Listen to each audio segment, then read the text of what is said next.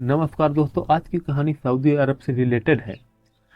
India के एक Saudi अरब में काम कर रहे व्यक्ति की कहानी है, जो कि पेशे से एक ट्रक ड्राइवर होता है और सऊदी अरब में काम कर रहा होता है।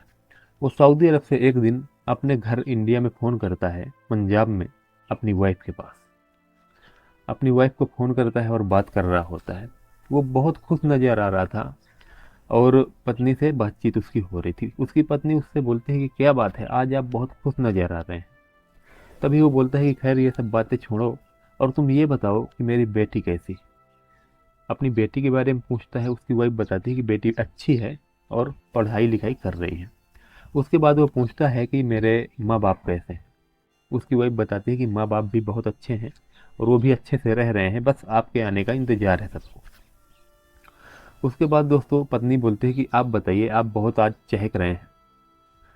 तो बोलता है कि आज मैं चैन की सांस ले रहा हूँ, क्योंकि आज जो मेरे केस में भारत सरकार ने हस्तक्षेप किया है यहाँ पर, अभी ये देख करके मुझे लग रहा है कि मैं जल्द से जल्द अपने देश आ पाऊंगा और आगे की सुनवाई होगी, जिसमें मुझे जल्द ही फैसला आ जाएगा और मैं अपने देश आ पाऊंगा।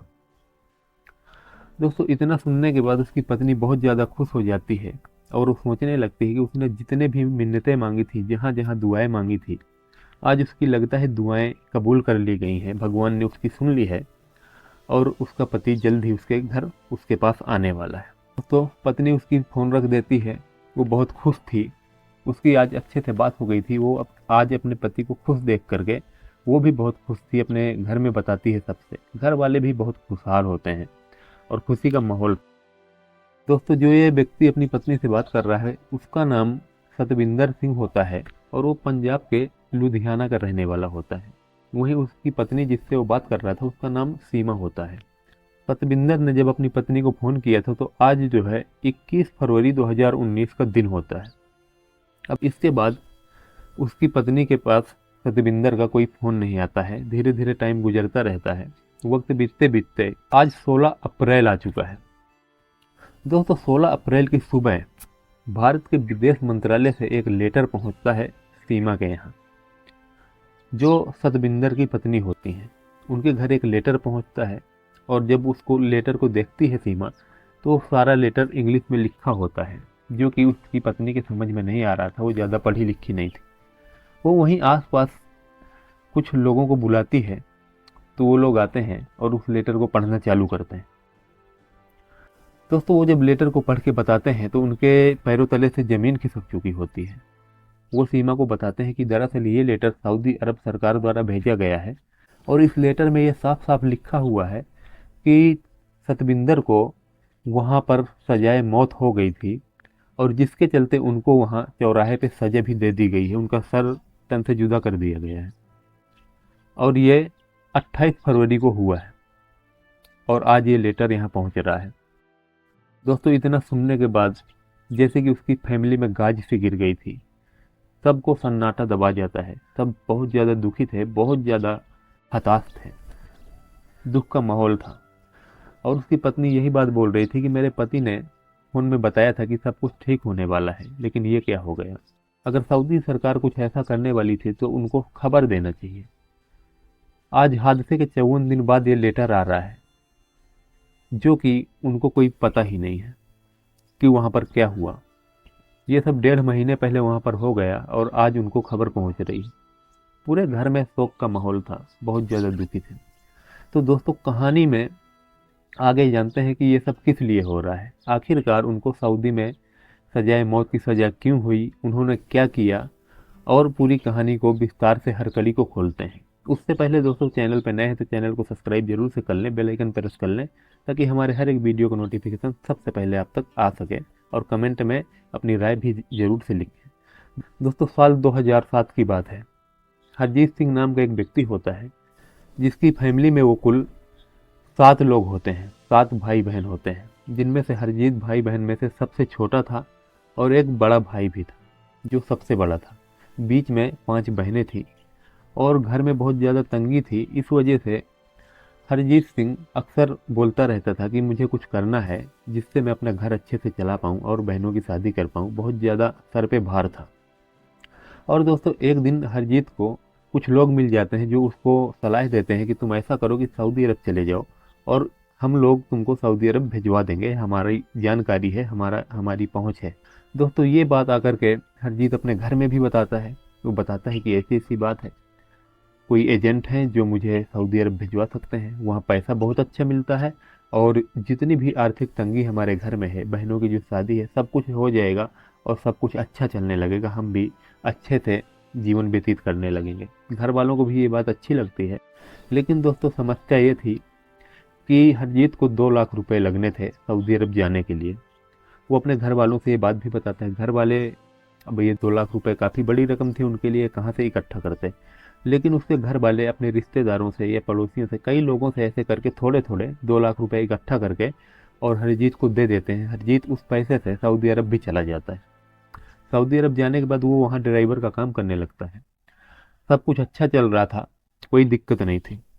तभी हरजीत की मुलाकात वहाँ काम कर रहे एक सतविंदर नाम के व्यक्ति से होती है, जो कि वो भी पंजाब का ही रहने वाला था और हरजीत भी पंजाब का रहने वाला था।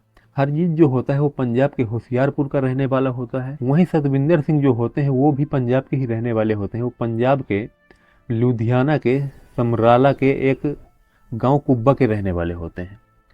ऐसे करके उनकी मुलाकात होती है, आपस में बातचीत होती है, कौन कहाँ का रहने वाला है, सब डिस्कस करते हैं। दोस्तों सब कुछ अच्छा चल रहा होता था, अच्छी उनमें दोस्ती भी बन जाती है और अच्छे से वो दोनों रहने लगते हैं। अब उनकी अक्सर मुलाकात होने लगती है। धीरे धीरे करके वो शिफ्ट करा करके एक ही कंपनी के ट्रक को चलाने लगते हैं और ड्राइवर का काम कर रहे थे। मस्त चल रहा होता है सब कुछ और अपने हर महीने अपने घर में अच्छी खासी रकम भी भिजवा दिया करते थे, जिससे घर वाले भी बहुत खुश थे। घर वालों की भी सारी ज़रूरतें पूरी हो जाया करती थी, घर वालों को भी कोई तकलीफ नहीं थी, मस्त चल रहा था। आगे चल के ऐसे चलते चलते उन लोगों की मुलाकात एक व्यक्ति से होती है जो कि वो भी इंडिया का ही व्यक्ति होता है। उसका नाम आरिफ इमामुद्दीन होता है। आरिफ इमामुद्दीन वो भी पेशे से ट्रक ड्राइवर होता है। वो भी वहाँ पर ट्रक ड्राइवरी का ही काम कर रहा होता है। अब दोस्तों सतविंदर सिंह, हरजीत सिंह और आरिफ, ये तीनों में बहुत गहरी दोस्ती हो जाती है। ये तीनों मिलजुल के और उस कंपनी में काम कर रहे होते हैं। तीनों की बहुत अच्छी बनती थी, बहुत अच्छा इनका जो है आपस में दोस्ताना था। अब ये सब मिलजुल के काम कर रहे होते हैं और एक दिन क्या होता है कि इन लोगों के मन में आता है कि कुछ पैसे बनाने के लिए हमें अलग से कुछ काम करना चाहिए। और ये धीरे धीरे करके ट्रक में आते जाते ये रास्ते में किसी को पाते सुनसान एरिया में, तो ये लूट का काम चालू कर देते हैं, लोगों को लूटने लगते हैं। दोस्तों ऐसे करके ये लूटते, उसके बाद शाम को ये सब तीनों आपस में पैसा बांट लिया करते हैं। इनका काफ़ी दिन तक ये सब चलता रहता है। घर में अच्छी खासी रकम भी भेजते रहते हैं, घर वाले भी खुश। हालांकि घर वालों को कुछ पता नहीं होता है कि ये क्या करके वहाँ से पैसे भेज रहे हैं और घर में भी सब अच्छा चल रहा होता है। वो लोग भी वहाँ अपनी ज़िंदगी आराम से बिता रहे होते हैं। लेकिन एक दिन ऐसे ही ये लोग लूट का पैसा लेकर के आते हैं और आपस में बांट रहे होते हैं तीनों।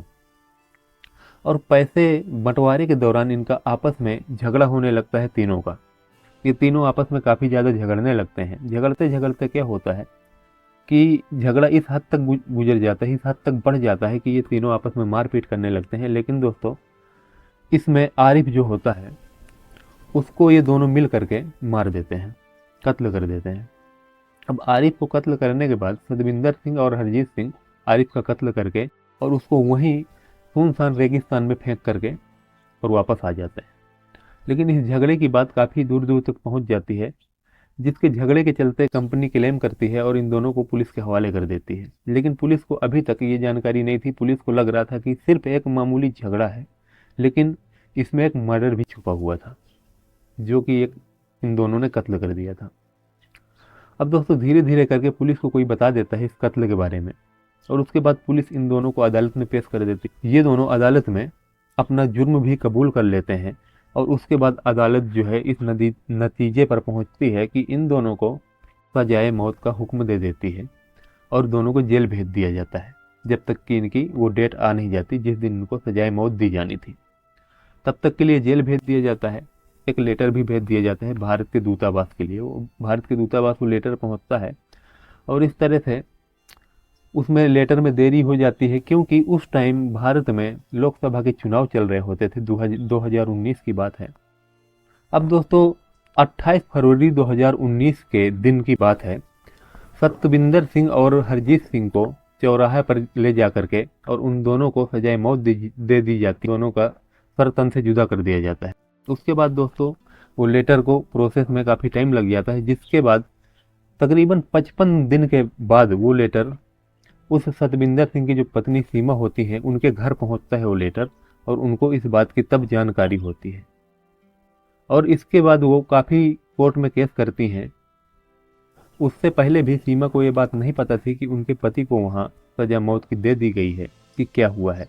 वो अभी भी अपने सुप्रीम कोर्ट के चक्कर काटती रहती हैं और इस तरह से काफ़ी प्रोसेस में लगी हुई थी। लेकिन बहुत हाथ पैर चलाने के बाद भी सीमा के हाथ कुछ नहीं लगा था, और आखिरकार 16 अप्रैल को वो लेटर उनके हाथ में आ जाता है, जिसको पढ़ करके पूरा घर बहुत ज़्यादा परेशान हो जाता है, बहुत ज़्यादा दुखी हो जाता है।